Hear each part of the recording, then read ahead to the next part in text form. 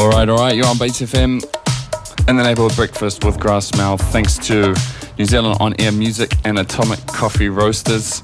And as mentioned at the top of the show, we're very lucky to be joined by Flamingo Pier in the studio this morning. Luke, welcome to Base FM. Thank you, kia ora. Kia ora, how are you going this morning? Good, man. Really good. Yep. Got the sun on my legs here. Feeling pretty good. Yeah, it's getting warm in the studio. That sun's really beaming in. I've put a bit of a shade down there so we can try get some footage, which we'll upload to the Base FM Instagram page later on for all you listeners to see what the chat's looking like up in there in studio. But yeah, thanks for coming along. We've got a few things to chat about this morning, but give us a rundown of how your summer's been first off. Well, we got really lucky. We were able to do our festival in between a couple of lockdowns. So we had 3 days on Waiheke in February, which were pretty incredible. Had some amazing artists, Troy Kingi, Leisure, Keidu Carlo, a bunch of others. Yeah, so we managed to squeeze it in just between the two lockdowns, and I think the next weekend was when we went back in. So yeah, exactly. Got really lucky there, and yeah, I've had some other fun shows, and we've been running a couple of Sunday parties up at East Street Hall called Afternoon Delight. Yes. So I've been having some fun there, and yeah, just getting ready for the album to drop, really. Awesome, yes. And even before that, you guys were kind of dodging lockdowns with the parties on K Road at the Las Vegas. Yeah. Well. We had a really lucky break where we got, like, because we were doing blocks of 8 weeks, and we got literally a block of 8 weeks between the two lockdowns. Yeah. And as soon as we finished, we went back in. So yeah, we've been about as lucky as you can be, man. So, and I think adding to that, the appetite for people to party is just really ramped up, which those gigs were just selling out weeks or even months in advance, weren't they? And having lines out the door, I got along to one where I had to line up from, 8 o'clock and then managed to sneak in some of the last tickets on the door, which was good fun. Nice, man. Yeah, I mean, everyone obviously appreciates it when they've had it taken away from them, that ability to connect with people, in the same room, dance together. Yep. So yeah, as soon as we kind of got back started, people were super keen, which is great. Yeah, and you are really providing an awesome space for people to experience probably a different kind of music that isn't on offer at a lot of places, or historically I think in New Zealand and Auckland. Do you feel like Auckland's kind of waking up to a different kind of dance music than what we might have been into historically? Well, obviously there's a couple of genres that are really popular here. We came from London where sort of the groovier side of dance music was a little bit bigger. And I guess as we've gone on, more and more people have got, obviously there's been lots of people doing this in New Zealand for ages. The funkier side of dance music, funk, disco, house, soul, breakbeat, world music, kind of, the not as intense, not as aggressive styles of dance music.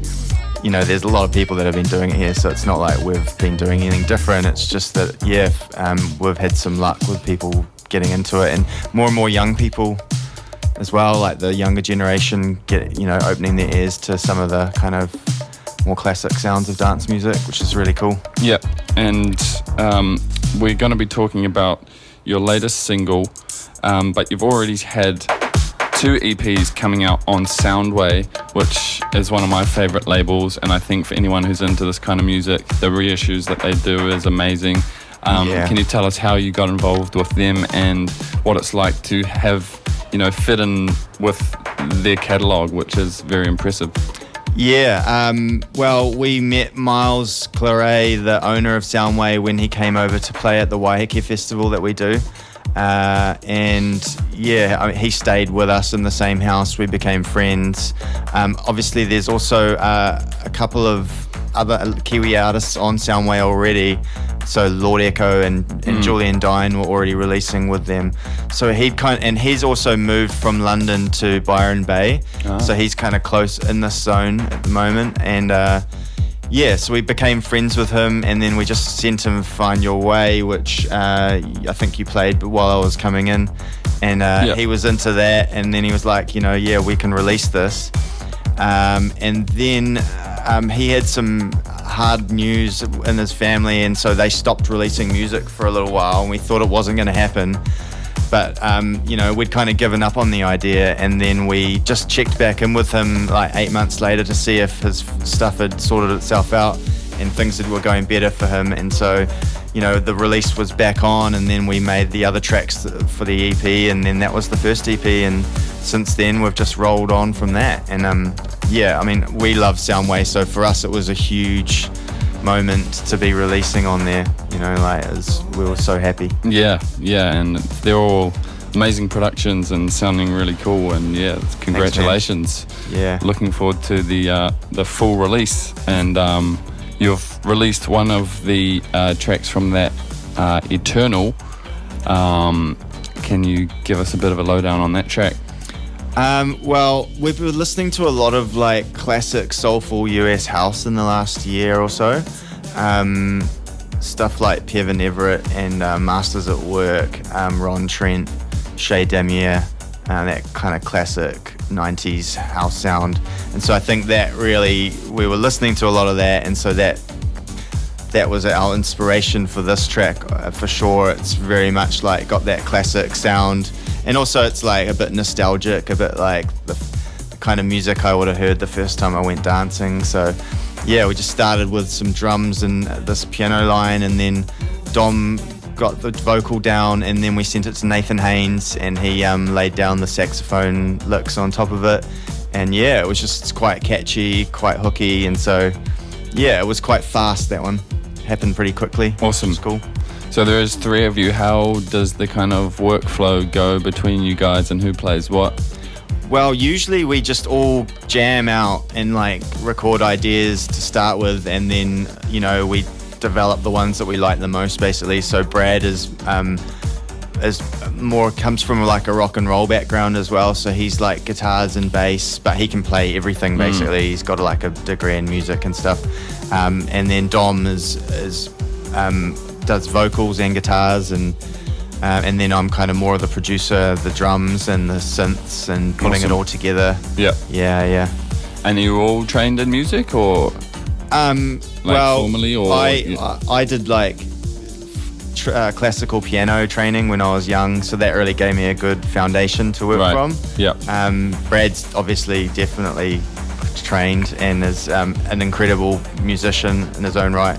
And then Dom's been in bands and been making music all his life as well. I don't think he's been formally trained there. Awesome. And how did you guys actually meet to start with? We met, we all ended up moving into a warehouse in London, in a place called Hackney Wick. Where the magic happens. Yeah. And it was basically an 8-room warehouse, and yeah, I was living in the room next to Brad, and then Dom was in the room down the hallway, and yeah, we sort of started listening to music together as you do, and then I was there in that area because there were a lot of artist studios there, and I just set up my own studio, and we just got into the studio straight away, and then we started the parties at the same time. So the parties, so it actually started in London and kind of migrated. That's right. Yeah. So we were throwing like a monthly Flamingo Pier party on a floating pontoon in London, and then making music at the same time. So I think the first is that where the name came from? Yeah. Okay. So it's just kind of like an umbrella for all the creative stuff that we're doing.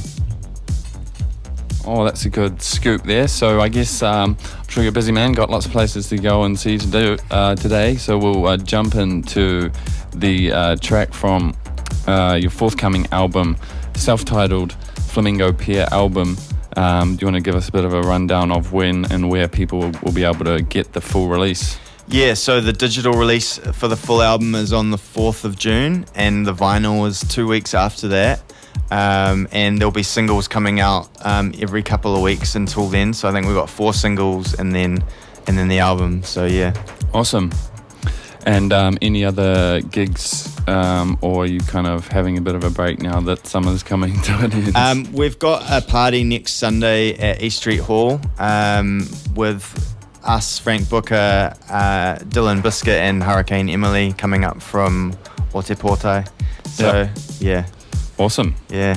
And I'm sure everyone will be able to find you on the social medias and keep up to date But for now, if you want to introduce this track, Eternal, from the forthcoming album, that'd be awesome. Then we'll get straight into it. Cool. It's Luke here from Flamingo Pier, and you're listening to Eternal off our forthcoming album on Soundway Records. Cheer, only on Base FM. All right, thanks for coming in, man. We'll catch you next time. Thanks for having me. Kia ora. Cheers.